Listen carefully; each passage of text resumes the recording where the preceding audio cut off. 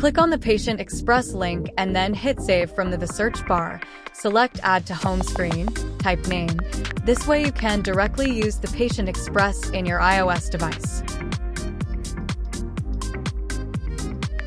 Log in with your credentials. Now, select the day for which you want to book the patient's appointment. Press and hold on the time slot, hit Appointment, search Patient to book appointment for an existing patient. Now, search and select the patient and fill all the details.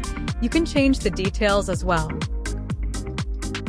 Select appointment type, add notes, and book appointment.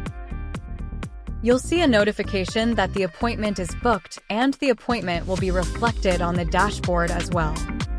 Now, press and hold to add Blockout.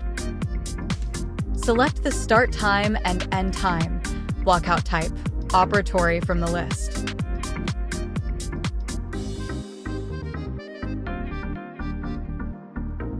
Add notes and hit OK.